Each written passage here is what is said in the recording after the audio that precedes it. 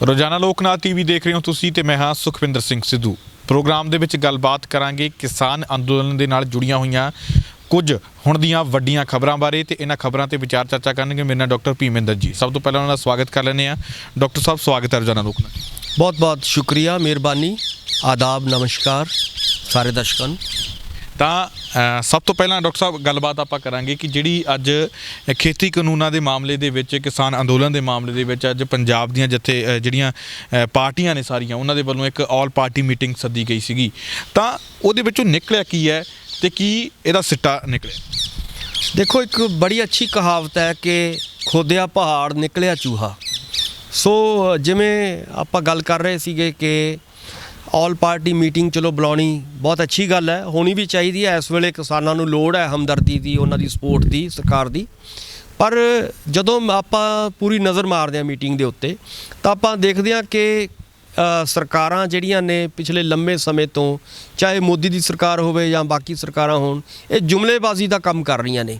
ਔਰ ਤੁਸੀਂ ਇਸ ਪਾਰਟੀ ਦੇ ਇਸ ਮੀਟਿੰਗ ਦੇ ਵਿੱਚ ਵੀ ਦੇਖਿਆ ਹੋਏਗਾ ਕਿ ਅਮਰਿੰਦਰ ਸਿੰਘ ਜੀ ਨੂੰ ਜਿੱਥੇ ਚਾਹੀਦਾ ਸੀਗਾ ਕਿ ਉਹਨਾਂ ਨੇ ਕਿਸਾਨੀ ਬਾਰੇ ਬਹੁਤ ਵੱਡੇ ਵਾਅਦੇ ਕੀਤੇ ਸੀ। ਸੁਖਵਿੰਦਰ ਜੀ, ਤੁਹਾਨੂੰ ਵੀ ਯਾਦ ਹੋਏਗਾ, ਦਰਸ਼ਕਾਂ ਨੂੰ ਵੀ ਯਾਦ ਹੋਏਗਾ ਕਿ ਮੈਂ ਕਿਸਾਨਾਂ ਦਾ ਹਰ ਤਰ੍ਹਾਂ ਦਾ ਕਰਜ਼ਾ ਮਾफ़ ਕਰਾਂਗਾ। ਇਹਦਾ ਮਤਲਬ ਸੀਗਾ ਕਿ ਚਾਹੇ ਉਹ ਆੜ੍ਹਤੀਆਂ ਦਾ ਕਰਜ਼ਾ ਸੀਗਾ, ਚਾਹੇ ਬੈਂਕਾਂ ਦਾ ਕਰਜ਼ਾ ਹੋਵੇ ਜਾਂ ਕੋਈ ਹੋਰ ਕਿਸੇ ਤੋਂ ਕਰਜ਼ਾ ਲਿਆ ਹੋਵੇ। ਉਹਨਾਂ ਨੇ ਬਕਾਇਦਾ ਤੌਰ 'ਤੇ ਇਹੀ ਗੱਲ ਕਹੀ ਸੀ ਕਿ ਮੈਂ ਇਹ ਚੀਜ਼ਾਂ ਲਿਖਤੀ ਤੌਰ 'ਤੇ ਉਹਨਾਂ ਨੇ ਕਿਹਾ ਸੀਗਾ, ਮੈਨੀਫੈਸਟੋ ਦੇ ਵਿੱਚ ਵੀ ਗੱਲਾਂ ਕੀਤੀਆਂ ਕਿ ਹਰ ਤਰ੍ਹਾਂ ਦਾ ਕਰਜ਼ਾ ਮਾफ़ ਕਰਾਂਗਾ। ਔਰ ਲਗਭਗ 1 ਲੱਖ ਕਰੋੜ ਰੁਪਏ ਦਾ ਇਸ ਵੇਲੇ ਕਿਸਾਨਾਂ ਦੇ ਉੱਤੇ ਕਰਜ਼ਾ ਹੈ। ਪਰ ਮਾफ़ ਕਿੰਨਾ ਹੋਇਆ? ਲਗਭਗ ਮਤਲਬ 4% ਜਾਂ 5% ਕਰਜ਼ਾ। ਉਹਨਾਂ ਨੂੰ ਇਹਨਾਂ ਨੇ ਡਰਾਮਾ ਕਰਕੇ ਇਹ ਕਿਹਾ ਕਿ ਦੇਖੋ ਜੀ ਅਸੀਂ ਤਾਂ ਕਿਸਾਨਾਂ ਦਾ ਕਰਜ਼ਾ ਮਾफ़ ਕਰਤਾ ਤੇ ਆਪਣਾ ਜਿਹੜੇ ਵਾਅਦਾ ਸੀ ਉਹ ਪੂਰਾ ਕਰਤਾ। ਔਰ ਇਸ ਦੇ ਵਿੱਚ ਵੀ ਹੁਣ ਜਦੋਂ ਕਿਸਾਨ ਸਾਡਾ ਖੁਦਕੁਸ਼ੀਆਂ ਕਰ ਰਿਹਾ ਹੈ ਔਰ ਕਿਸਾਨ ਸਾਡਾ ਸੜਕਾਂ ਦੇ ਉੱਤੇ ਹੈ, ਅੱਜ ਵੀ ਮੈਨੂੰ ਲੱਗਦਾ ਕਿ ਕਾਂਗਰਸ ਨੂੰ ਇਹ ਗੱਲ ਸਮਝਣੀ ਚਾਹੀਦੀ ਹੈ ਕਿ ਆਪਣਾ ਜਿਹੜਾ ਵਾਅਦਾ ਉਹਨਾਂ ਨੇ ਕੀਤਾ ਹੈ, ਕਿਉਂਕਿ ਹੁਣ ਆਉਣ ਵਾਲਾ ਸਮਾਂ ਜਿਹੜਾ ਹੈਗਾ ਉਹ ਚੋਣਾਂ ਦਾ ਸਮਾਂ ਹੈ ਔਰ ਆਉਣ ਵਾਲੇ ਸਮੇਂ ਦੇ ਅਗਲੇ ਸਾਲ ਦੇ ਵਿੱਚ ਹੀ ਅਗਲੀਆਂ ਜਿਹੜੀਆਂ ਨੇ ਸਾਲ ਦੇ ਅੰਦਰ ਅੰਦਰ ਚੋਣਾਂ ਹੋਣ ਵਾਲੀਆਂ ਨੇ। ਸੋ ਇਸ ਘੱਟੋ ਘੱਟ ਇਸ ਸਾਲ ਕਾਂਗਰਸ ਨੂੰ ਇਹ ਚਾਹੀਦਾ ਹੈ ਕਿ ਆਪਣਾ ਜਿਹੜਾ ਉਹ ਵਾਅਦਾ ਕੀਤਾ ਸੀ ਇਹਨਾਂ ਨੇ ਸੰਪੂਰਨ ਕਰਜ਼ਾ ਮਾਫੀ ਦਾ, ਉਹ ਕਰਜ਼ਾ ਮਾਫੀ ਹੋਣੀ ਚਾਹੀਦੀ। ਪਰ ਹੋਇਆ ਕੀ ਉੱਥੇ ਇਸ ਮੀਟਿੰਗ ਦੇ ਵਿੱਚ ਕਿ ਉਹਨਾਂ ਨੇ ਕਿਹਾ ਵੀ ਸਿਰਫ ਜਿਹੜੇ ਕਿਸਾਨ ਉੱਥੇ ਖੁਦਕੁਸ਼ੀਆਂ ਕਰ ਗਏ ਜਾਂ ਸ਼ਹੀਦ ਹੋ ਗਏ ਉਹਨਾਂ ਦਾ ਹੀ ਅਸੀਂ ਕਰਜ਼ਾ ਮਾफ़ ਕਰਾਂਗੇ, ਬਾਕੀ ਦਾ ਨਹੀਂ। ਉਹ ਮੇਰਾ ਖਿਆਲ ਹੈ ਕਿ ਹੋ ਸਕਦਾ ਹੈ ਕਿ ਉਹਦੇ 88 ਕਿਸਾਨ ਹੋਣ ਜਾਂ 90 ਹੋਣ ਵੱਧ ਤੋਂ ਵੱਧ। ਪਰ ਮੈਂ ਇਹ ਕਹਿਣਾ ਚਾਹੁੰਦਾ ਵੀ ਕਿਸਾਨਾਂ ਦੀ ਇਸ ਵੇਲੇ ਲੋੜ ਜਿਹੜੀ ਹੈਗੀ ਹੈ ਬਾਂਹ ਫੜਨ ਦੀ ਹੋਰ ਤਰ੍ਹਾਂ ਦੀ ਹੈ। ਜਿੱਥੇ ਤੱਕ ਕਰਜ਼ਾ ਤਾਂ ਪਹਿਲਾਂ ਹੀ ਮਾफ़ ਹੋਣਾ ਚਾਹੀਦਾ ਸੀਗਾ, ਸਾਰੇ ਦਾ ਸਾਰਾ ਮਾफ़ ਹੋਣਾ ਚਾਹੀਦਾ ਸੀਗਾ। ਡਾਕਟਰ ਸਾਹਿਬ, ਪਰ ਇੱਕ ਬੜਾ ਅਜੀਬ ਲੱਗਿਆ ਜਦੋਂ ਇਹਨਾਂ ਨੇ ਇਹ ਫੈਸਲਾ ਕੀਤਾ ਕਿ ਇਸ ਅੰਦੋਲਨ ਦੇ ਦੌਰਾਨ ਆਪਸ ਦੇ ਵਿੱਚ ਜਿਹੜੀਆਂ ਪਾਰਟੀਆਂ ਨੇ ਉਹ ਬਲੇਮ ਗੇਮ ਨਹੀਂ ਕਰਨਗੀਆਂ। ਤਾਂ ਜਦੋਂ ਬਲੇਮ ਗੇਮ ਹੁੰਦੀ ਹੈ ਅਸਲੀ ਪਾਰਟੀ ਦਾ ਚਿਹਰਾ ਲੋਕਾਂ ਦੇ ਸਾਹਮਣੇ ਉਦੋਂ ਹੀ ਆਉਂਦਾ। ਜਿਸ ਤਰੀਕੇ ਦੇ ਨਾਲ ਇਹ ਨਿਕਲ ਕੇ ਸਾਹਮਣੇ ਆਇਆ ਸੀ, ਵਿਰੋਧੀ ਪਾਰਟੀਆਂ ਹੀ ਇਹ ਚੀਜ਼ਾਂ ਕੱਢ ਕੇ ਲਿਆਈਆਂ ਸੀ ਕਿ ਉਸ ਮੀਟਿੰਗ ਦੇ ਵਿੱਚ ਪੰਜਾਬ ਸਰਕਾਰ ਦੇ ਨੁਮਾਇੰਦੇ ਸੀ, ਜਿਸ ਮੀਟਿੰਗ ਦੇ ਵਿੱਚ ਕਾਨੂੰਨਾਂ ਦੇ ਬਾਰੇ ਵਿਚਾਰ ਚਰਚਾ ਹੋਈ ਹੈ। ਤਾਂ ਦੂਜੇ ਪਾਸੇ ਇਹ ਤਾਂ ਚਲੋ ਸਭ ਨੂੰ ਪਤਾ ਕਿ ਸਰਕਾਰ ਦੇ ਵਿੱਚ ਜਿਹੜੇ ਅਕਾਲੀ ਦਲ ਦੇ ਨੁਮਾਇੰਦਾ ਬੈਠਾ ਸੀ, ਇੱਕ ਮੰਤਰੀ ਉਹਨਾਂ ਦਾ ਸੀ, ਤਾਂ ਵੀ ਜਿਹੜੇ ਹੈਗੇ ਇਹ ਪਾਸ ਹੋ ਗਏ ਕਾਨੂੰਨ। ਤਾਂ ਬਲੇਮ ਗੇਮ ਤੋਂ ਬਿਨਾਂ ਵਿਰੋਧੀ ਧਿਰਾਂ ਦਾ ਹੋਰ ਕੰਮ ਕੀ ਹੁੰਦਾ? ਵਿਰੋਧੀ ਧਿਰਾਂ ਜਿਹੜੀ ਸੱਤਾਧਾਰੀ ਧਿਰ ਦਾ ਤਾਂ ਜਿਹੜਾ ਅਸਲੀ ਚਿਹਰਾ ਸਾਹਮਣੇ ਲੈ ਕੇ ਆਉਂਦੀਆਂ ਨੇ। ਤਾਂ ਜੇਕਰ ਇਹ ਕੁਝ ਹੋ ਗਿਆ ਤਾਂ ਕਿਤੇ ਇਹ ਤਾਂ ਨਹੀਂ ਗੱਲ ਜਿਸ ਤਰੀਕੇ ਦੇ ਨਾਲ ਅੰਦੋਲਨ ਦੇ ਦੌਰਾਨ ਸਾਰੇ ਲੀਡਰ ਹੈਗੇ ਬੈਕਫੁੱਟ 'ਤੇ ਆ, ਤਾਂ ਇਹ ਸੋਚਿਆ ਹੋਵੇ ਇਹਨਾਂ ਨੇ ਕਿ ਆਪਾਂ ਤਾਂ ਭਾਈ ਸਾਰੇ ਬੈਕਫੁੱਟ 'ਤੇ, ਹੁਣ ਆਪਾਂ ਸਾਰੇ ਏਕਾ ਕਰਕੇ ਇੱਕ ਦੂਜੇ 'ਤੇ ਇਲਜ਼ਾਮ ਲਾਉਣੇ ਬੰਦ ਕਰ ਦਈਏ। ਹਾਂ, ਬਿਲਕੁਲ ਤੁਸੀਂ ਇਹ ਗੱਲ ਸਹੀ ਫੜੀ ਹੈ ਕਿ ਦੇਖੋ ਪਿਛਲੇ ਲੰਬੇ ਸਮੇਂ ਤੋਂ, ਜਦੋਂ 7-8 ਮਹੀਨਿਆਂ ਤੋਂ ਜਦੋਂ ਤੋਂ ਇਹ ਅੰਦੋਲਨ ਪੰਜਾਬ ਤੋਂ ਸ਼ੁਰੂ ਹੁੰਦਾ ਹੈ, ਤਾਂ ਇਹ ਜਿਹੜੀਆਂ ਵੱਖ-ਵੱਖ ਪਾਰਟੀਆਂ ਨੇ ਇਹ ਲੋਕਾਂ ਨੇ ਨਕਾਰੀਆਂ ਨੇ। ਸਾਰੀਆਂ ਲਗਭਗ ਸਾਰੀਆਂ ਪਾਰਟੀਆਂ ਜਿਹੜੀਆਂ ਪੋਲੀਟੀਕਲ ਪਾਰਟੀਆਂ ਸੀਗੀਆਂ ਉਹਨਾਂ ਨੇ ਕਿਹਾ ਕਿ ਸਾਡੀਆਂ ਨਾ ਤਾਂ ਸਟੇਜਾਂ 'ਤੇ ਆਓ ਤੁਸੀਂ, ਨਾ ਇਹਨਾਂ ਨੂੰ ਕਿਤੇ ਆਪਣੇ ਮਤਲਬ ਘੁਸਪੈਠ ਕਰਨ ਦੀ ਕੋਸ਼ਿਸ਼ ਕੀਤੀ ਗਈ, ਉਹ ਵੀ ਇਹਨਾਂ ਨੇ ਨਕਾਰ ਦਿੱਤੀ ਕਿਸਾਨਾਂ ਨੇ। ਸੋ ਕਿਸਾਨਾਂ ਨੇ ਲਗਾਤਾਰ ਜਿਹੜੀਆਂ ਪੋਲੀਟੀਕਲ ਪਾਰਟੀਆਂ ਪੰਜਾਬ ਦੀਆਂ ਨੇ ਉਹਨਾਂ ਨੂੰ ਘੇਰਿਆ ਵੀ ਹੈ। ਔਰ ਖਾਸ ਤੌਰ 'ਤੇ ਬੀਜੇਪੀ ਦੀ ਜੇ ਆਪਾਂ ਗੱਲ ਕਰੀਏ ਤਾਂ ਬੀਜੇਪੀ ਦਾ ਆਪਾਂ ਨੂੰ ਪਤਾ ਹੀ ਹੈ ਕਿ ਕਿੰਨਾ ਵਿਰੋਧ ਹੋਇਆ ਔਰ ਬੀਜੇਪੀ ਅਤੇ ਅਕਾਲੀ ਦਲ ਦਾ। ਹੁਣ ਇਹ ਆਪਣੀ ਸ਼ਾਖ ਬਚਾਉਣ ਦੇ ਲਈ ਔਰ ਲੋਕਾਂ ਦੇ ਵਿੱਚ ਇਹ ਪ੍ਰਚਾਰਨ ਦੇ ਲਈ ਕਿ ਅਸੀਂ ਤਾਂ ਕਿਸਾਨਾਂ ਦੇ ਬਹੁਤ ਹਿਤੈਸ਼ੀ ਹਾਂ ਔਰ ਕਿਸਾਨਾਂ ਲਈ ਬਹੁਤ ਕੰਮ ਕਰ ਰਹੇ ਹਾਂ, ਔਰ ਪਰ ਉਹਦੇ ਵਿੱਚੋਂ ਨਿਕਲਦਾ ਕੀ ਹੈ? ਉਹ ਕੁਝ ਵੀ ਨਹੀਂ ਨਿਕਲਦਾ। ਸੋ ਇਸ ਕਰਕੇ ਇੱਕ ਦੂਜੇ ਨੂੰ ਇਹ ਕਹਿਣਾ ਵੀ ਤੁਸੀਂ ਸਾਨੂੰ ਕੁਝ ਨਹੀਂ ਕਹਿਣਾ, ਅਸੀਂ ਤੁਹਾਨੂੰ ਕੁਝ ਨਹੀਂ ਕਵਾਂਗੇ।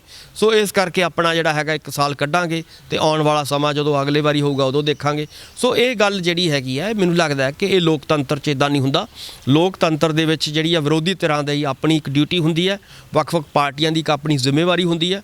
ਉਹ ਜ਼ਿੰਮੇਵਾਰੀ ਨੂੰ ਨਿਭਾਉਣਾ ਚਾਹੀਦਾ। ਜੇ ਕੋਈ ਗਲਤ ਹੋ ਰਿਹਾ ਤਾਂ ਗਲਤ ਨੂੰ ਗਲਤ ਔਰ ਠੀਕ ਨੂੰ ਠੀਕ ਕਹਿਣਾ ਇੱਕ ਫਰਜ਼ ਬਣਦਾ ਲੋਕਤੰਤਰ ਦੇ ਵਿੱਚ, ਤਾਂ ਹੀ ਚੰਗਾ ਲੋਕਤੰਤਰ ਚੱਲਦਾ ਹੈ ਜੀ। ਤੁਹਾਨੂੰ ਚੇਤਾ ਹੋਊਗਾ ਕਿ ਇੱਕ ਵਾਰ ਪਹਿਲਾਂ ਵੀ ਜਦੋਂ ਇਹ ਕਿਸਾਨ ਅੰਦੋਲਨ ਤੋਂ ਪਹਿਲਾਂ ਵੀ ਇੱਕ ਆਲ ਪਾਰਟੀ ਮੀਟਿੰਗ ਹੋਈ ਸੀ ਪੰਜਾਬ ਦੀਆਂ ਜਥੇਬੰਦੀਆਂ, ਤਾਂ ਉਦੋਂ ਵੀ ਫੈਸਲਾ ਹੋਇਆ ਸੀ ਕਿ ਅਸੀਂ ਜਾ ਕੇ ਦੇਸ਼ ਦੇ ਪ੍ਰਧਾਨ ਮੰਤਰੀ ਨੂੰ ਜਾਂ ਰਾਸ਼ਟਰਪਤੀ ਨੂੰ ਮਿਲਾਂਗੇ, ਤਾਂ ਉਦੋਂ ਨਹੀਂ ਮਿਲਿਆ ਗਿਆ। ਹੁਣ 2-3 ਮਹੀਨਿਆਂ ਤੋਂ ਬਾਅਦ ਜਾਂ 4 ਮਹੀਨੇ ਤੋਂ ਬਾਅਦ ਆਪਾਂ ਕਹਿ ਦਈਏ ਫਿਰ ਮੀਟਿੰਗ ਹੁੰਦੀ ਹੈ ਕਿਸਾਨ ਅੰਦੋਲਨ ਦੇ ਬਾਰੇ, 2.5 ਮਹੀਨੇ ਦੇ ਕਰੀਬ ਹੋ ਚੱਲਿਆ, ਕਿਸਾਨ ਉੱਥੇ ਬੈਠੇ ਨੇ। ਤਾਂ ਇਹਨਾਂ ਨੇ ਫਿਰ ਜਿਹੜੀਆਂ ਸਰਕਾਰੀ ਜਾਂ ਸਰਕਾਰ ਹੈਗੀ ਹੈ ਜਾਂ ਦੂਜੀਆਂ ਜਥੇਬੰਦੀਆਂ ਜਾਂ ਪਾਰਟੀਆਂ ਨੇ, ਇਹ ਉੱਥੇ ਦੀਆਂ ਉੱਥੇ ਹੀ ਖੜੀਆਂ ਨੇ। ਇਹਨਾਂ ਨੇ ਹਲੇ ਮੋਦੀ ਨੇ ਜਾ ਕੇ ਮੀਟਿੰਗ ਕਰਨੀ ਆ, 4 ਮਹੀਨੇ ਪਹਿਲਾਂ ਮੀਟਿੰਗ ਕੀਤੀ, ਉਦੋਂ ਵੀ ਮੀਟਿੰਗ ਕਰਨੀ ਸੀ ਤੇ ਅੱਜ ਫਿਰ ਮੀਟਿੰਗ ਕਰਨੀ ਆ। ਤਾਂ ਇਸ ਮੀਟਿੰਗ ਦੇ ਵਿੱਚ ਕਿਸਾਨ ਜਥੇਬੰਦੀਆਂ ਲਈ ਤਾਂ ਕੁਝ ਨਹੀਂ ਹੋਇਆ। ਦੇਖੋ ਤੁਸੀਂ ਜਦੋਂ 2-3 ਮਹੀਨੇ ਦੀ ਗੱਲ ਹੈ, ਸਾਡੇ ਮੁੱਖ ਮੰਤਰੀ ਸਾਹਿਬ ਸਾਡੇ ਜਿਹੜੇ ਨੇ ਅਮਿਤ ਸ਼ਾਹ ਜੀ ਨੂੰ ਮਿਲ ਕੇ ਆਏ ਨੇ, ਤੁਹਾਨੂੰ ਯਾਦ ਹੋਏਗਾ। ਔਰ ਅਮਿਤ ਸ਼ਾਹ ਜੀ ਨੂੰ ਮਿਲਣਾ ਔਰ ਉਸ ਤੋਂ ਬਾਅਦ ਉਹਨਾਂ ਨੇ ਇਹ ਨਹੀਂ ਕਿਹਾ ਕਿ ਕਿਸਾਨਾਂ ਦਾ ਕਰਜ਼ਾ ਮਾਫ ਹੋਵੇ ਜਾਂ ਕਿਸਾਨਾਂ ਦੀਆਂ ਸਮੱਸਿਆਵਾਂ ਜਾਂ ਕਾਨੂੰਨ ਜਿਹੜੇ ਨੇ ਉਹ ਰੱਦ ਹੋਣੇ ਚਾਹੀਦੀਆਂ ਨੇ। ਇੱਦਾਂ ਦੀ ਗੱਲ ਕਰਨ ਦੀ ਬਜਾਏ ਉਹਨਾਂ ਨੇ ਕਿਹਾ ਕਿ ਕਿਉਂਕਿ ਪੰਜਾਬ ਜਿਹੜਾ ਹੈਗਾ ਇੱਕ ਸਰਹੱਦੀ ਸੂਬਾ ਹੈ, ਬਾਰਡਰ ਏਰੀਆ ਹੈ, ਇਸ ਕਰਕੇ ਇੱਥੇ ਜਿਹੜਾ ਹੈਗਾ ਇਸ ਸੰਘਰਸ਼ ਦੇ ਜਿਹੜੇ ਕਿ ਗਲਤ ਰਸਤੇ ਪੈਣ ਦੇ ਜਿਹੜੀਆਂ ਸੰਭਾਵਨਾਵਾਂ ਜ਼ਿਆਦਾ ਨੇ। ਸੋ ਇੱਕ ਪਾਸੇ ਤਾਂ ਉਹ ਇਹ ਕਹੀ ਜਾਂਦੇ ਨੇ। ਮੈਨੂੰ ਇਹ ਲੱਗਦਾ ਹੈ, ਜਿਹੜੀ ਮੈਂ ਗੱਲ ਕਹਿਣਾ ਚਾਹੁੰਦਾ, ਕਿ ਅੱਜ ਲਗਭਗ 6-7 ਮਹੀਨੇ ਹੋ ਚੁੱਕੇ ਨੇ ਇਸ ਸੰਘਰਸ਼ ਨੂੰ ਸ਼ੁਰੂ ਹੋਇਆ, ਜਦੋਂ ਕਿ ਕਈ ਵਾਰੀ ਇਸ ਵੇਲੇ ਪ੍ਰੈਸ਼ਰ ਬਣਾਉਣ ਦੀ ਲੋੜ ਹੈ ਔਰ ਬਾਰ-ਬਾਰ ਜਿਹੜਾ ਹੈਗਾ ਮੋਦੀ ਸਾਹਿਬ ਨੂੰ ਜਾਂ ਅਮਿਤ ਸ਼ਾਹ ਨੂੰ ਜਾਂ ਕਿਵੇਂ ਨਾ ਕਿਵੇਂ ਹਰ ਮੰਤਰੀ ਨੂੰ ਮਿਲਣ ਦੀ ਲੋੜ ਹੈ। ਬਹੁਤ ਕਾਰਵਾਈ ਕਰਨੀ ਚਾਹੀਦੀ ਸੀਗੀ ਔਰ ਕਿਸਾਨਾਂ ਨੂੰ ਇਹ ਘੱਟੋ ਘੱਟ ਸਮਝ ਤਾਂ ਆਵੇ ਕਿ ਸਾਡੇ ਮੁੱਖ ਮੰਤਰੀ ਸਾਹਿਬ ਸਾਡੇ ਲਈ ਕੋਈ ਲੜ ਰਹੇ ਨੇ। ਪਰ ਅਸੀਂ ਦੇਖਿਆ ਹੈ ਕਿ ਪਿਛਲੇ ਲੰਮੇ ਸਮੇਂ ਤੋਂ ਆਪਣੇ ਉਹ ਫਾਰਮ ਹਾਊਸ 'ਤੇ ਬੈਠੇ ਨੇ, ਉਸੇ ਤਰ੍ਹਾਂ ਹੀ ਉਹ ਕੰਪਿਊਟਰ 'ਤੇ ਹੀ ਸਾਰਾ। ਮੈਨੂੰ ਲੱਗਦਾ ਕਿ ਇਹ ਮਤਲਬ ਪੰਜਾਬ ਦੇ ਇਤਿਹਾਸ 'ਚ ਪਹਿਲੀ ਵਾਰੀ ਹੋਏਗਾ ਕਿ ਇੱਕ ਮੁੱਖ ਮੰਤਰੀ ਨੇ ਕੰਪਿਊਟਰ ਦੇ ਬੈਠੇ ਹੀ ਸਾਰੇ ਆਪਣੀ ਜਿਹੜੀ ਸੱਤਾ ਹੈ ਉਹਨਾਂ ਨੇ ਮਤਲਬ ਇੱਦਾਂ ਹੀ ਸਮਾਂ ਗਵਾਤਾ। 4 ਸਾਲਾਂ ਦੇ ਵਿੱਚ ਤੁਸੀਂ ਦੇਖੋ ਵੀ ਪੰਜਾਬ ਦਾ ਜੋ ਨਾਸ ਵੱਜ ਰਿਹਾ ਹੈ ਹਰ ਫੀਲਡ ਦੇ ਵਿੱਚ, ਚਾਹੇ ਉਹ ਐਜੂਕੇਸ਼ਨ ਦੀ ਗੱਲ ਹੋਵੇ, ਚਾਹੇ ਉਹ ਹੈਲਥ ਦੀ ਗੱਲ ਹੋਵੇ ਜਾਂ ਹੋਰ ਮੁੱਦਿਆਂ ਦੀ ਗੱਲ ਹੋਵੇ, ਇੱਥੋਂ ਤੱਕ ਕਿ ਜਿਹੜਾ ਕਿਸਾਨ ਸਾਡਾ ਪਿਛਲੇ ਲੰਮੇ ਸਮੇਂ ਤੋਂ ਸੜਕਾਂ 'ਤੇ ਬੈਠਾ ਹੈ, ਰੁਲ ਰਿਹਾ ਹੈ, ਉਹਦੀ ਬਾਂਹ ਫੜਨ ਦੀ ਗੱਲ ਹੋਵੇ। ਜੇ ਆਪਣਾ ਸੁਖਵਿੰਦਰ ਜੀ, ਜੇ ਸਰਕਾਰ ਨੂੰ ਪਤਾ ਹੁੰਦਾ ਨਾ, ਕੇਂਦਰ ਦੀ ਨੂੰ, ਕਿ ਇਹਨਾਂ ਦੀ ਜਿਹੜੀ ਗੌਰਮੈਂਟ ਹੈ ਸਟੇਟ ਦੀ, ਮੁੱਖ ਮੰਤਰੀ ਸਾਹਿਬ ਇਹਨਾਂ ਦੇ ਨਾਲ ਨੇ, ਤਾਂ ਲਾਲ ਕਿਲੇ ਵਾਲੀ ਘਟਨਾ ਨਹੀਂ ਸੀ ਵਾਪਰਨੀ, ਕਿਉਂਕਿ ਉਹਨਾਂ ਨੇ ਡਰ ਜਾਣਾ ਸੀਗਾ। ਉਹਨਾਂ ਨੂੰ ਪਤਾ ਲੱਗਿਆ ਜਦੋਂ ਕਿ ਸਰਕਾਰ ਤਾਂ ਇਹਨਾਂ ਦੇ ਨਾਲ ਹੀ ਨਹੀਂ ਹੈ, ਅੰਦਰੋਂ ਉੱਪਰੋਂ ਕਹੀ ਜਾਂਦੇ ਨੇ ਵੀ ਤੁਸੀਂ ਜਾਓ। ਪਰ ਕਿਉਂਕਿ ਜਿਹੜੀ ਹੈਗੀ ਆ ਸੀਰੀਅਸਨੈਸ ਜਿਸ ਕਿਸਮ ਦੀ ਦਿਖਣੀ ਬਣਦੀ ਹੈ, ਕਿਉਂਕਿ ਇਸ ਵੇਲੇ ਪੰਜਾਬ, ਹਰਿਆਣਾ ਔਰ ਯੂਪੀ ਦਾ ਜਿਹੜਾ ਕਿਸਾਨ ਹੈ ਬਹੁਤ ਵੱਡੇ ਸੰਕਟ 'ਚ ਹੈ ਔਰ ਉਹਦੀ ਜਿਹੜੀ ਹੈਗੀ ਹੈ ਜ਼ਮੀਨ ਜਿਹੜੀ ਹੈਗੀ ਹੈ ਉਹਦੇ ਤੋਂ ਉਹਨੂੰ ਪਤਾ ਹੈ ਕਿ ਖੋਈ ਜਾਣੀ ਹੈ ਔਰ ਜ਼ਮੀਨ ਦਾ ਮਸਲਾ ਹੈ ਔਰ ਉਹਦੀ ਹੋਣੀ ਤੇ ਹੋਂਦ ਦਾ ਮਸਲਾ ਹੈ, ਉਹਨੂੰ ਬਚਾਉਣਾ ਬਹੁਤ ਇੰਪੋਰਟੈਂਟ ਹੈ। ਉਹ ਸੀਰੀਅਸਨੈਸ ਜਿਹੜੀ ਹੈਗੀ ਹੈ ਇਸ ਪਾਰਟੀ ਮੀਟਿੰਗ ਦੇ ਵਿੱਚ ਉਹ ਦਿਖਾਈ ਨਹੀਂ ਦਿੱਤੀ। ਅੱਜ ਸੈਸ਼ਨ ਵੀ ਚੱਲਿਆ, ਲੋਕ ਸਭਾ ਦਾ ਸੈਸ਼ਨ ਵੀ ਚੱਲਿਆ, ਉਹਦੇ ਵਿੱਚ ਜਦੋਂ ਬੋਲਦੇ ਸੀ ਤਾਂ ਖੂਬ ਜਿਹੜੀ ਹੰਗਾਮਾ ਬਿਲਕੁਲ ਕੀਤਾ ਗਿਆ, ਪਰ ਉਸ ਲੈਵਲ ਦਾ ਪ੍ਰਦਰਸ਼ਨ ਨਹੀਂ ਸੀ ਮੈਨੂੰ ਲੱਗਦਾ ਜਿਸ ਲੈਵਲ ਦਾ ਵਿਰੋਧੀ ਧਿਰਾਂ ਦੇ ਵੱਲੋਂ ਸੱਤਾਧਾਰੀ ਧਿਰ ਦੇ ਖਿਲਾਫ ਹੋਣਾ ਚਾਹੀਦਾ। ਖਾਸ ਕਰਕੇ ਲੋਕ ਸਭਾ ਦੇ ਵਿੱਚ ਆਵਾਜ਼ ਉਠਾਉਣੀ ਚਾਹੀਦੀ ਸੀ। ਬਾਹਰ ਬੈਠੇ ਤਾਂ ਬਿਆਨ ਦੇਈ ਜਾਣੇ, ਇਕੱਲੇ ਘਰਾਂ ਦੇ ਵਿੱਚ ਬੈਠ ਕੇ ਬਾਈਟਾਂ ਦੇਈ ਜਾਣੇ, ਉਹਦਾ ਕੋਈ ਫਾਇਦਾ ਨਹੀਂ। ਪਰ ਸੰਸਦ ਦੇ ਵਿੱਚ ਤੁਹਾਨੂੰ ਲੱਗਦਾ ਨਹੀਂ ਕਿ ਜਿਸ ਤਰੀਕੇ ਨਾਲ ਪ੍ਰਦਰਸ਼ਨ ਹੋਣਾ ਚਾਹੀਦਾ ਸੀ ਉਸ ਤਰੀਕੇ ਨਾਲ ਸੈਸ਼ਨ ਦੇ ਦੌਰਾਨ ਪ੍ਰਦਰਸ਼ਨ ਨਾ ਖੇਤੀ ਕਾਨੂੰਨਾਂ ਦੇ ਹੱਕ ਦੇ ਵਿੱਚ ਸਰਕਾਰ ਦੇ ਖਿਲਾਫ ਜਿਹੜਾ ਨਹੀਂ ਹੋ ਰਿਹਾ? ਇਹੀ ਕਾਰਨ ਹੈ ਕਿ ਮੋਦੀ ਸਰਕਾਰ ਦੇ ਕੰਨ ਦੇ ਉੱਪਰ ਜੂੰ ਨਹੀਂ ਸਰਕ ਰਹੀ। ਦੇਖੋ, ਸਾਡੀ ਬਦਕਿਸਮਤੀ ਕੀ ਹੈ ਇਸ ਵੇਲੇ, ਚਾਹੇ ਉਹ ਲੋਕ ਸਭਾ ਦੀ ਗੱਲ ਹੋਵੇ ਚਾਹੇ ਰਾਜ ਸਭਾ ਦੀ ਗੱਲ ਹੋਵੇ, ਇਹਦੇ ਵਿੱਚ ਮੈਨੂੰ ਲੱਗਦਾ ਕਿ ਜਿਸ ਕਿਸਮ ਦਾ ਵਿਰੋਧ ਹੋਣਾ ਚਾਹੀਦਾ ਹੈ, ਵਿਰੋਧੀ ਧਿਰ ਹੋਣੀ ਚਾਹੀਦੀ ਹੈ, ਉਹ ਸਾਨੂੰ ਦਿਖਾਈ ਨਹੀਂ ਦੇ ਰਹੀ ਔਰ ਉਹਦੇ ਕਰਕੇ ਉਹਦਾ ਫਾਇਦਾ ਕੌਣ ਉਠਾ ਰਿਹਾ? ਉਹਦਾ ਫਾਇਦਾ ਬੀਜੇਪੀ ਉਠਾ ਰਹੀ ਹੈ ਔਰ ਲਗਾਤਾਰ ਕਾਲੇ ਕਾਨੂੰਨ ਜਿਹੜੇ ਨੇ ਉਹ ਲੈ ਕੇ ਆ ਰਹੀ ਹੈ, ਉਹਨਾਂ ਨੂੰ ਲਾਗੂ ਕਰ ਰਹੀ ਹੈ ਔਰ ਦਨਾਉਂਦੀ ਜਿਹੜਾ ਹੈਗੀ ਹੈ ਉਹ ਉਸ ਕਿਸਮ ਦੇ ਨਾਲ ਵਿਹਾਰ ਕਰ ਰਹੀ ਆ। ਅਸੀਂ 26 ਜਨਵਰੀ ਵਾਲਾ ਤੁਸੀਂ ਜਿਹੜਾ ਹੈਗਾ ਉਹ ਘਟਨਾਕ੍ਰਮ ਦੇਖਿਆ ਹੀ ਹੋਏਗਾ ਕਿ ਕਿਵੇਂ ਗੁੰਡੇ ਲਿਆ ਕੇ ਸ਼ਰੇਆਮ ਉਹਦੇ ਵਿੱਚ ਮੀਡੀਆ ਵੀ ਸ਼ਾਮਲ ਹੁੰਦਾ ਹੈ, ਉਹਦੇ ਵਿੱਚ ਪੁਲਿਸ ਵੀ ਸ਼ਾਮਲ ਹੁੰਦੀ ਹੈ, ਉਹਦੇ ਵਿੱਚ ਬਾਕੀ ਲੋਕ ਵੀ ਸ਼ਾਮਲ ਨੇ। ਉਹ ਕਿਵੇਂ ਉਹਨਾਂ ਦੇ ਖਿਲਾਫ ਸ਼ਤਰੰਜ ਦੀ ਚਾਲ ਚੱਲੀ ਜਾਂਦੀ ਹੈ। ਕਿਸਾਨ ਜਿਹੜਾ ਹੈਗਾ ਭੋਲਾ ਭਾਲਾ, ਉਹਨੂੰ ਉੱਥੇ ਲਿਜਾ ਕੇ ਉਹ ਕਿਵੇਂ ਤਾਂਡਵ ਨਾਚ ਨੱਚਿਆ ਜਾਂਦਾ ਹੈ, ਅਸੀਂ ਸਾਰਿਆਂ ਨੇ ਉਹ ਮੀਡੀਆ ਦੇ ਰਾਹੀਂ ਜਾਂ ਆਮ ਤੌਰ 'ਤੇ ਉਹ ਸਾਰਾ ਦੇਖਿਆ ਹੈ। ਸੋ ਉਹਦਾ ਕਾਰਨ ਇਹੀ ਹੈ ਕਿ ਉਹਨੂੰ ਪਤਾ ਹੈ ਕਿ ਮੇਰਾ ਤਾਂ ਕੋਈ ਵਿਰੋਧ ਨਹੀਂ ਹੈ ਔਰ ਉਹਨੇ ਜਿੱਤੀ ਜਾਣਾ। ਬੀਜੇਪੀ ਨੂੰ ਲੱਗਦਾ ਹੈ ਕਿ ਉਹਨੂੰ ਜਿਵੇਂ ਜਿਸ ਕਿਸਮ ਦੀ ਉਹ ਨਫ਼ਰਤ ਫੈਲਾ ਕੇ ਉਹ ਸੂਬਿਆਂ ਦੇ ਵਿੱਚ ਵੱਖ-ਵੱਖ ਉਹ ਰਾਜ ਸੱਤਾ ਉਹਦੀ ਕਾਇਮ ਹੋ ਰਹੀ ਹੈ, ਉਸੇ ਤਰ੍ਹਾਂ ਦੀ ਨਫ਼ਰਤ ਇਸ ਵੇਲੇ ਪੂਰੇ ਹਿੰਦੁਸਤਾਨ ਦੇ ਵਿੱਚ ਫੈਲਾਉਣ ਦੀ ਕੋਸ਼ਿਸ਼ ਕਰ ਰਹੀ ਹੈ। ਪਰ ਮੈਨੂੰ ਲੱਗਦਾ ਕਿ ਜੇ ਆਪਾਂ ਪੋਲੀਟੀਕਲ ਪਾਰਟੀਆਂ ਨੂੰ ਬਾਹਰ ਵੀ ਕੱਢ ਦਈਏ, ਜਿਹੜਾ ਆਮ ਆਦਮੀ ਹੈ ਜਾਂ ਆਮ ਲੋਕ ਨੇ ਜਾਂ ਆਮ ਕਿਸਾਨ ਨੇ, ਉਹ ਬੀਜੇਪੀ ਦੀਆਂ ਕੁਚਾਲਾਂ ਤੋਂ ਕਾਫੀ ਹੱਦ ਤੱਕ ਚੇਤੰਨ ਹੋ ਚੁੱਕਿਆ ਔਰ ਉਹਦਾ ਕਾਰਨ ਜਿਹੜਾ ਹੈਗਾ, ਮੈਨੂੰ ਲੱਗਦਾ ਕਿ ਜਿਹੜੇ ਕਾਨੂੰਨ ਪਿਛਲੇ ਦਿਨਾਂ 'ਚ ਲੈ ਕੇ ਆਈ ਹੈ ਸਰਕਾਰ, ਉਹ ਕਾਲੇ ਕਾਨੂੰਨਾਂ ਦੇ ਪ੍ਰਤੀ ਜਿਹੜਾ ਰੋਹ ਪੈਦਾ ਹੋ ਰਿਹਾ ਕਿਸਾਨਾਂ ਦੇ ਵਿੱਚ, ਉਹ ਕਿਸਾਨ ਜਿਹੜਾ ਹੈਗਾ ਜੇ ਇਹਦੇ ਵਿੱਚੋਂ ਕੋਈ ਵਧੀਆ ਮੂਵਮੈਂਟ ਨਿਕਲਦੀ ਹੈ, ਵਧੀਆ ਸੰਘਰਸ਼ ਨਿਕਲਦਾ ਹੈ, ਤਾਂ ਲਾਜ਼ਮੀ ਤੌਰ 'ਤੇ ਕਦੇ ਨਾ ਕਦੇ ਬਹੁਤ ਛੇਤੀ ਮੈਨੂੰ ਲੱਗਦਾ ਹੈ ਕਿ ਜੇ ਇਸ ਵੇਲੇ ਪਹਿਲਾਂ ਪੰਜਾਬ ਜਾਗਿਆ, ਫਿਰ ਹਰਿਆਣਾ ਜਾਗ ਰਿਹਾ, ਯੂਪੀ ਜਾਗ ਰਿਹਾ ਔਰ ਹੁਣ ਜੇ ਹੌਲੀ ਹੌਲੀ ਦੂਜੇ ਸੂਬੇ ਜਾਗਦੇ ਨੇ, ਤਾਂ ਲਾਜ਼ਮੀ ਤੌਰ 'ਤੇ ਲੋਕ ਹੀ ਇਹਨੂੰ ਟੱਕਰ ਦੇ ਸਕਦੇ ਆ। ਪੋਲੀਟੀਕਲ ਪਾਰਟੀਆਂ ਦੇ ਮੈਨੂੰ ਹੁਣ ਵਸ ਦੀ ਜਿਹੜੀ ਗੱਲ ਹੈ ਉਹ ਨਜ਼ਰ ਨਹੀਂ ਆ ਰਹੀ। ਕਿਵੇਂ ਦੇਖਦੇ ਹੋ ਬਾਰਡਰ ਦੇ ਉੱਪਰ ਪਹਿਲਾਂ ਕਿੱਲਾਂ ਵਾਲੀਆਂ ਅਸੀਂ ਫੋਟੋਆਂ ਦੇਖੀਆਂ, ਉਹ 'ਤੇ ਵੀ ਵਿਚਾਰ ਚਰਚਾ ਕੀਤੀ, ਫੌਜ ਦੀ ਗਿਣਤੀ ਵਧਾਈ ਗਈ, ਹੁਣ ਹੋਰ ਜ਼ਿਆਦਾ ਫੌਜ ਉੱਥੇ ਲਗਾ ਦਿੱਤੀ ਗਈ ਹੈ ਬਾਰਡਰ ਦੇ ਉੱਪਰ, ਤਾਂ ਉਹਦੇ ਨਾਲ ਨਾਲ ਕੰਧਾਂ ਵੀ ਬਣਾ ਦਿੱਤੀਆਂ ਗਈਆਂ ਨੇ ਉੱਥੇ ਕਿਸਾਨਾਂ ਨੂੰ ਕਿ ਕਿਸੇ ਹਾਲ ਦੇ ਵਿੱਚ ਕਿਸਾਨ ਅੱਗੇ ਨਾ ਵੱਧ ਸਕਣ। ਇਹ ਫਿਰ ਨਿਬੇੜਨ ਵਾਲੇ ਪਾਸੇ ਗੱਲ ਜਾਂਦੀ ਹੋਈ ਦਿਖਾਈ ਨਹੀਂ ਦੇ ਰਹੀ। ਆਈ ਲੱਗ ਰਿਹਾ ਕਿ ਅਸੀਂ ਆਪਣੇ ਸਟੈਂਡ 'ਤੇ ਅੜੇ ਰਹਾਂਗੇ ਤਾਂ ਕਿਸਾਨ ਅੱਗੇ ਵਧਣਗੇ, ਇਸ ਲਈ ਅਸੀਂ ਕਿਸਾਨਾਂ ਨੂੰ ਰੋਕਣ 'ਤੇ ਸਾਰਾ ਜ਼ੋਰ ਲਾ ਦੇਣਾ, ਕਿਸਾਨਾਂ ਨੂੰ ਸਮਝਾਉਣ ਜਾਂ ਕਿਸਾਨਾਂ ਨੂੰ ਮੰਗਾਂ ਪੂਰੀਆਂ ਕਰਨ ਵਾਲੇ ਪਾਸੇ ਨੂੰ ਤਾਂ ਇਹਦੇ ਹਿਸਾਬ ਨਾਲ ਤੁਰ ਨਹੀਂ ਰਹੀ ਸਰਕਾਰ। ਦੇਖੋ, ਇਹਦੇ ਵਿੱਚ ਇੱਕ ਕਾਰਨ ਤਾਂ ਜੋ ਮੈਨੂੰ ਦਿਖਾਈ ਦੇ ਰਿਹਾ ਉਹ ਹੈ ਕਿ ਕਿਉਂਕਿ ਪਾਰਲੀਮੈਂਟ ਸੈਸ਼ਨ ਚੱਲ ਰਿਹਾ, ਸਰਕਾਰ ਨੂੰ ਇਹ ਖਤਰਾ ਹੈ ਕਿ ਜੇ ਕਿਸਾਨ ਜਥੇਬੰਦੀਆਂ ਨੇ ਕਾਲ ਦੇਤੀ ਕਿ ਪਾਰਲੀਮੈਂਟ ਘੇਰਨਾ ਹੈ, ਕਿਉਂਕਿ ਕਈ ਵਾਰੀ ਇਹ ਗੱਲਾਂ ਵੀ ਚੱਲਦੀਆਂ ਨੇ ਕਿ ਇਹਨਾਂ ਨੇ ਪਿਛਲੇ ਦਿਨਾਂ ਦੇ ਵਿੱਚ ਉਹ ਰੱਦ ਵੀ ਹੋਇਆ ਫੈਸਲਾ ਕਿ ਪਾਰਲੀਮੈਂਟ ਘੇਰਨੀ ਹੈ। ਸੋ ਉਹਨਾਂ ਨੂੰ ਇੱਕ ਤਾਂ ਡਰ ਇਹ ਲੱਗ ਰਿਹਾ ਹੈ ਕਿ ਸ਼ਾਇਦ ਕਿਸਾਨ ਪਾਰਲੀਮੈਂਟ ਘੇਰਨ ਦਾ ਪ੍ਰੋਗਰਾਮ ਦੇ ਸਕਦੇ ਹੈ।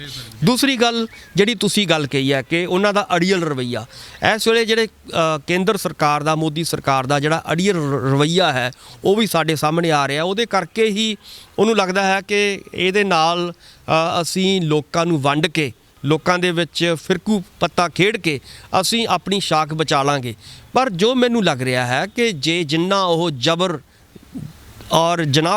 ਜਨਾਹ ਕਰੇਗੀ ਕਿਸਾਨਾਂ ਦੇ ਉੱਤੇ, ਆਮ ਲੋਕਾਂ ਦੇ ਉੱਤੇ, ਓਨਾ ਹੀ ਇਹ ਅੰਦੋਲਨ ਜਿਹੜਾ ਹੈਗਾ ਹੋਰ ਭਖੇਗਾ, ਲੋਕ ਹੋਰ ਗੁੱਸੇ 'ਚ ਆਉਣਗੇ, ਹੋਰ ਲੋਕ ਜਿਹੜੇ ਨੇ ਵੱਧ ਤੋਂ ਵੱਧ ਇਸ ਸੰਘਰਸ਼ ਦੇ ਨਾਲ ਜੁੜਨਗੇ। ਔਰ ਇਹਨਾਂ ਜਿੰਨੀ ਵੀ ਚੀਜ਼ ਨੂੰ, ਇਹ ਇੱਕ ਲੌਜਿਕ ਹੈ ਇੱਕ ਸਾਇੰਸ ਦਾ ਕਿ ਜਿੰਨੀ ਚੀਜ਼ ਨੂੰ ਅਸੀਂ ਦਬਾਵਾਂਗੇ ਓਨੀ ਦੁਬਾਰਾ ਉਹਦਾ ਪ੍ਰਤੀਕਿਰਿਆ ਜਿਹੜੀ ਹੈਗੀ ਹੈ, ਉਹਦਾ ਪ੍ਰਤੀਕਰਮ ਜਿਹੜਾ ਹੈਗਾ ਹੋਏਗਾ। ਸੋ ਇਹੀ ਗੱਲ ਹੋ ਰਹੀ ਹੈ ਕਿ ਜਿੰਨਾ ਉਹ ਦਬਾਉਣ ਦੀ ਕੋਸ਼ਿਸ਼ ਕਰ ਰਹੀ ਹੈ ਇਸ ਸੰਘਰਸ਼ ਨੂੰ, ਓਨੇ ਲੋਕ ਉੱਠ ਰਹੇ ਨੇ, ਓਨੇ ਲੋਕ ਵੱਧ ਤੋਂ ਵੱਧ ਕਿਸਾਨਾਂ ਨਾਲ ਜਾ ਰਹੇ ਨੇ। ਬੇਸ਼ੱਕ ਉਹ ਚਾਹੇ ਕਿੱਲਾਂ ਗੱਡੇ, ਚਾਹੇ ਸੜਕਾਂ ਦੇ ਉੱਤੇ ਕੰਧਾਂ ਕੱਢੇ, ਚਾਹੇ ਹੋਰ ਫੌਜ ਨੂੰ ਲਾ ਦੇਵੇ, ਪਰ ਮੈਨੂੰ ਲੱਗਦਾ ਹੈ ਕਿ ਜਿਹੜਾ ਹੈਗਾ ਕਿਸਾਨ ਵੀ ਹੁਣ ਸਮਝ ਰਹੇ ਨੇ ਔਰ ਖ਼ਾਸ ਤੌਰ 'ਤੇ ਸਾਡਾ ਜਿਹੜਾ ਜਵਾਨ ਅਤੇ ਕਿਸਾਨ ਹੈ ਉਹ ਵੀ ਲਗਭਗ ਸਮਝ ਚੁੱਕਿਆ ਕਿ ਜਵਾਨ ਵੀ ਜਿਹੜਾ ਹੈਗਾ ਹੌਲੀ ਹੌਲੀ ਉਹ ਪਿੱਛੇ ਹਟ ਰਿਹਾ ਹੈ, ਇਸ ਸੰਘਰਸ਼ ਦੇ ਵਿੱਚ ਉਹ ਚੇਤਨ ਹੋ ਰਿਹਾ ਹੈ। ਜੇ ਕੱਲ੍ਹ ਨੂੰ ਜਵਾਨ ਅਤੇ ਕਿਸਾਨ ਚੇਤਨ ਹੋ ਜਾਂਦਾ ਹੈ ਔਰ ਇਹਦੇ ਲਈ ਇਹ ਮੈਨੂੰ ਲੱਗਦਾ ਕਿ ਸਰਕਾਰ ਲਈ ਇੱਕ ਖਤਰੇ ਦੀ ਘੰਟੀ ਹੋ ਸਕਦੀ ਹੈ ਆਉਣ ਵਾਲੇ ਸਮੇਂ ਦੇ ਵਿੱਚ। ਤਾਂ ਤੁਸੀਂ ਸਾਡੇ ਨਾਲ ਜੁੜੇ ਇਹਨਾਂ ਅਹਿਮ ਖਬਰਾਂ ਦੇ ਉੱਪਰ ਵਿਚਾਰ ਚਰਚਾ ਕੀਤੀ, ਤੁਹਾਡਾ ਬਹੁਤ ਬਹੁਤ ਧੰਨਵਾਦ। ਬਹੁਤ ਬਹੁਤ ਸ਼ੁਕਰੀਆ। ਮੈਂ ਆਖਰ ਦੇ ਵਿੱਚ ਫਿਰ ਆਪਣੀ ਟਿੱਪਣੀ ਇਹੀ ਕਹਿ ਕੇ ਗੱਲ ਖਤਮ ਕਰਾਂਗਾ ਕਿ ਸਾਨੂੰ ਇਸ ਵੇਲੇ ਲੋੜ ਕਿਸਾਨਾਂ ਦੇ ਨਾਲ ਮੋਢਾ ਜੋੜ ਕੇ ਖੜਨ ਦੀ ਹੈ। ਆਓ ਆਪਾਂ ਸਾਰੇ ਜਿੱਥੇ ਵੀ ਕੱਲ੍ਹ ਪੱਤਰਕਾਰ ਸਾਡੇ ਵੀਰ ਦੀ ਮੈਂ ਸਾਰਿਆਂ ਨੂੰ ਖੁਸ਼ਖਬਰੀ ਵੀ ਇਹ ਦੱਸਣੀ ਚਾਹੁੰਦਾ ਆਪਣੇ ਦਰਸ਼ਕਾਂ ਨੂੰ ਕਿ ਜਿਹੜਾ ਸਾਡਾ ਮਨਦੀਪ ਪੂਨੀਆ ਜੀ, ਉਹਨਾਂ ਨੂੰ ਜ਼ਮਾਨਤ 'ਤੇ ਅੱਜ ਰਿਹਾ ਕਰ ਦਿੱਤਾ ਗਿਆ। ਸੋ ਇਹ ਵੱਡੀ ਗੱਲ ਹੈ ਕਿ ਪੱਤਰਕਾਰੀ ਦੇ ਉੱਤੇ ਵੀ ਜਿਹੜਾ ਵੱਡਾ ਹਮਲਾ ਹੋਇਆ ਸੀਗਾ ਬੀਜੇਪੀ ਸਰਕਾਰ ਦੇ ਰਾਹੀਂ, ਉਹ ਵੀ ਮੈਨੂੰ ਲੱਗਦਾ ਹੈ ਕਿ ਉਹਦੇ ਵਿੱਚ ਕੁਝ ਰਾਹਤ ਸਾਨੂੰ ਜ਼ਰੂਰ ਮਿਲੀ ਹੈ। ਸੋ ਆਉਣ ਵਾਲੇ ਸਮੇਂ ਦੇ ਵਿੱਚ ਆਪਾਂ ਆਪਣੇ ਤੌਰ 'ਤੇ ਇਸ ਸੰਘਰਸ਼ ਦੇ ਵਿੱਚ ਜਿੰਨਾ ਵੀ ਵਾਹ ਲੱਗਦੀ ਹੈ ਯੋਗਦਾਨ ਪਾਈਏ। ਬਹੁਤ ਬਹੁਤ ਧੰਨਵਾਦ। ਡਾਕਟਰ ਭੀਮਿੰਦਰ ਜੀ ਜਿਨ੍ਹਾਂ ਨੇ ਅੱਜ ਦੀਆਂ ਕੁਝ ਅਹਿਮ ਖਬਰਾਂ ਦੇ ਉੱਤੇ ਕਿਸਾਨ ਅੰਦੋਲਨ ਨਾਲ ਜੁੜੀਆਂ ਹੋਈਆਂ ਅਹਿਮ ਖਬਰਾਂ ਦੇ ਉੱਪਰ ਵਿਚਾਰ ਦਿੱਤੇ ਨੇ। ਉਮੀਦ ਕਰਦੇ ਹਾਂ ਕਿ ਡਾਕਟਰ ਭੀਮਿੰਦਰ ਜੀ ਦੇ ਵਿਚਾਰ ਤੁਹਾਨੂੰ ਜ਼ਰੂਰ ਪਸੰਦ ਆਏ ਹੋਣਗੇ। ਦੁਬਾਰਾ ਫਿਰ ਮਿਲਾਂਗੇ ਇਸੇ ਹੀ ਪ੍ਰੋਗਰਾਮ ਦੇ ਵਿੱਚ, ਤਦ ਤੱਕ ਲਈ ਦਿਓ ਇਜਾਜ਼ਤ। ਧੰਨਵਾਦ।